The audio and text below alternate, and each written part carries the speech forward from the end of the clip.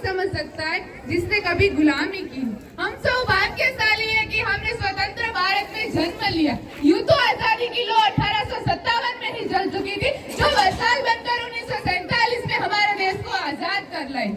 जी हाँ, प्राचीन, मध्यकालीन और वर्तमान भारत के उदाहरणों से मैं स्पष्ट करना चाहूंगी कि जब हम फिरंगी की फेरों में फंस चुके थे, तब रंगे बसंती जोला की एक आवाज पर टोला के टोले उमड़ाते थे और उनके वंदे मातरम के नारों से खून में आने वाला 5-5 डिग्री का तूफान अंग्रेजी शासकों के जड़ों में तूफान ला देते। लोग मर जाते थे, मिट जाते थे, फांसी चढ़ जाते थे, क्योंकि वो भी अपनी देशभक्ति, क्योंकि ये उस दौर की देशभक्ति की कसौटी थी। 62, 65, 71 के युद्धों में अपना सुहाग गवा देने वाली एक औरत जब घर के ये हालात हो जाया करते, प्यार भी भरपूर गया, मांग का सिंदूर गया, नन्हे निहालों की लंगूटियां चली गई, छोटी छोटी बेटियां की चोटियां चली गई, बाप की कमाई गई, भाई की पढ़ाई गई। एक ऐसा विस्फोटक हुआ, पता ही नहीं चला, पूरे जिस्म की रोटियां चली।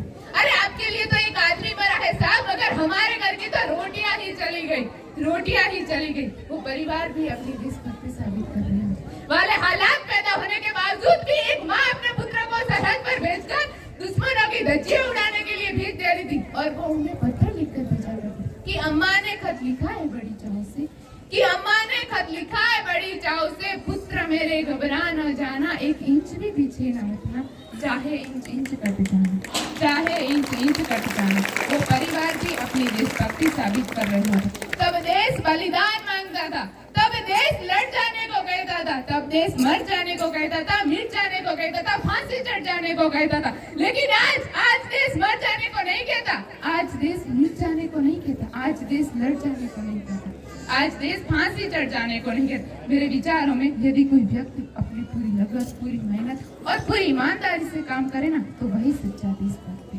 और मैं नहीं मानती कि व्हाट्सएप और फेसबुक की डीपी को 3 रंगों में रंगना ही सच्ची देशभक्ति, और साल में हाथ में 2 बार तिरंगा लेना सच्ची देशभक्ति है। तो मैं पूछना चाहूंगी कि फुटपाथ पर रहने वाला वो बच्चा ट्रैफिक की छांव में नंगे पांव चलकर जो तिरंगा बेच रहा होता है, क्या आप उसे उसकी देशभक्ति कहेंगे? ये उसकी देशभक्ति नहीं, उसके पेट के भूख की शक्ति है जो उसे ऐसा करने पर मजबूर कर। क्योंकि ना मस्जिद को जानते हैं, ना शिवालयों को जानते, ना मस्जिद को जानते हैं, ना शिवालयों को जानते। जो पेट के भूखे होते हैं ना, वो सिर्फ भोजन के निवालों को जानते, वो सिर्फ भोजन के निवालों को जानते। अपने समाज, अपने देश, अपने राष्ट्र के लिए समर्पण का भाव है हमारी सच्ची देशभक्ति, और हर देशद्रोही के जीवन में आने वाली तूफान है हमारी सच्ची देशभक्ति। क्योंकि हर देशद्रोही समझ सकता है कि अगर तू परिंदा है तो ये आसमान तेरा। जी हाँ, अगर तू परिंदा है तो ये आसमान तेरा, अगर तू दरिंदा है तो ये शमशान तेरा, अगर तू दरिंदा है तो ये शमशान तेरा। भाईचारे से रहना तो रहे इस जमीन पर, वरना ये कब्र भी तेरी है और ये कब्रिस्तान, वरना ये कब्र भी तेरी है और ये कब्रिस्तान भी तेरा। एक देशद्रोही से ज्यादा देशभक्ति तब बात होती जब एक पुत्र अपने बुढ़े माँ बाप को अपने वृद्धाश्रम की चौखट पर छोड़ा था। अरे करा उठती उसकी ये देशभक्ति, करा उठती उसकी ये देशभक्ति। जहाँ मुसीबतों में फंसे लोगों की जान बचाने की वजह हम अपनी सेल्फी लेकर अपनी लाइफ बढ़ाने में लगे रहते हैं, हम अपनी सेल्फी लेकर अपनी लाइफ बढ़ाने में लगे रहते हैं। अरे मैं बता दूं कि आज के इस युवा दौर में वो युवा जिसके अपने परिवार, अपने समाज, अपने देश की राष्ट्र आशाओं को बांधे रखने की थी, वही युवा आज 4 बाई 4 इंच की छोटी सी स्क्रीन पर अपनी कोमल मात्र उंगलियों की घटने से मुझे 4 बोतल वोद का काम मेरा रोज का। अरे भाई, भारत का भविष्य तबाह कर रखा है। हमने एक ऐसे समाज में जीते हैं जहाँ लड़कों से बात करता देख भाई हमें हटका दे। जी हाँ, लड़कों से बात करता देख भाई हमें हटका दे। अरे वही भाई अपने गर्लफ्रेंड के किसी घर में हंस कर सुनाते।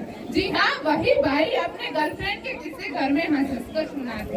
हमने एक ऐसे समाज में जीते हैं जहाँ पत्थर की मूरत को लगते हैं 56 भोग। जी हाँ, पत्थर की मूरत को लगते हैं 56 भोग। भूखे नंगे तड़पते सो जाते हैं, भूखे नंगे तड़पते सो जाते हैं लोग। मजदूर को मजदूर समझिए, मजबूर नहीं। गरीब को काम दीजिए, दान नहीं। और दान देने के इतने इच्छुक है तो जीते जी रक्तदान दीजिए, और मरने के बाद उस मरते हुए को जीवन दान दीजिए। यही सच्ची देशभक्ति। ना ये सरकार मेरी, ना ये रब मेरा, ना ये सरकार मेरी, ना ये रब मेरा, ना ये बड़ा सा नाम मेरा। मुझे गुरु है इस बात का कि मैं भारत की हूँ और ये भारत मेरा। जी हाँ, मैं भारत की हूँ और ये भारत मेरा। परंतु मुझे ना हमारे समाज में एक ऐसी वैचारिक समस्या दिखाई देती।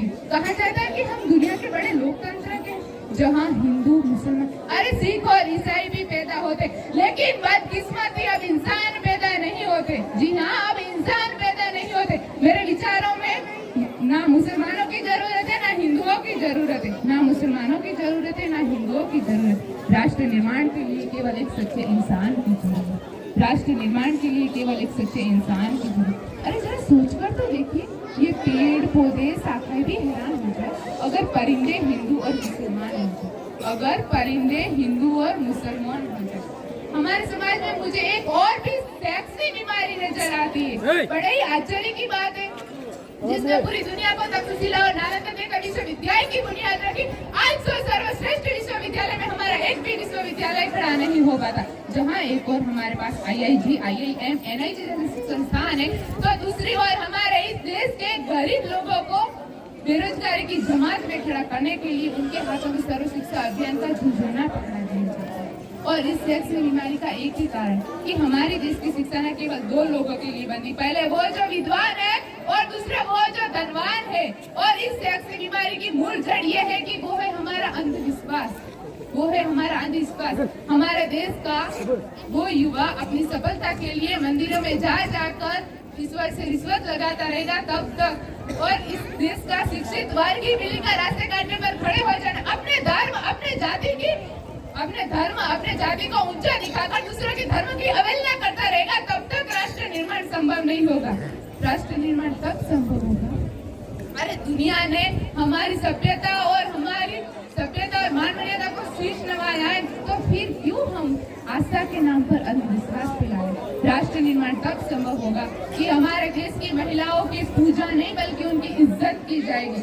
असल मायने में राष्ट्र निर्माण तब संभव होगा कि जाति का संरक्षण नहीं बल्कि सामाजिक शक्तिकरण प्रदान करें। राष्ट्र निर्माण तब संभव होगा जब स्वच्छ अभियान में एक सरकार नहीं बल्कि सड़क पर चलने वाला हर एक नागरिक हाथ बढ़ाएगा। असल मायने में राष्ट्र निर्माण तब संभव होगा जबकि हमारे देश का एक गरीब बच्चा मध्याह्न भोजन के लिए नहीं बल्कि अपने ज्ञानार्जन के लिए सरकारी चौखट पर कदम रखेगा। राष्ट्र निर्माण तब तक संभव नहीं होगा जब तक हमारे देश का एक युवा नैतिक रूप से सतीन, चैत्रिक रूप से भ्रष्ट, मानसिक रूप से दिवालिया और धार्मिक रूप से अंधा, राजनैतिक रूप से गंदा, स्वैच्छिक मान मूल्यों के आंकड़ों में छिन्न छिन्न पैपंद में अखंड भारत को खंड खंड करता रहेगा, तब तक हमारा राष्ट्र निर्माण संभव नहीं है। बड़ी बड़ी बातें नहीं, छोटी छोटी कोशिशें करनी होगी। जी हाँ, बड़ी बड़ी बातें नहीं, छोटी छोटी कोशिशें करनी होगी, क्योंकि ठोकरें हमें पहाड़ों से नहीं पत्थरों से लगा करती है। जी हाँ, ठोकरें हमें पहाड़ों से नहीं पत्थरों से लगा करती है।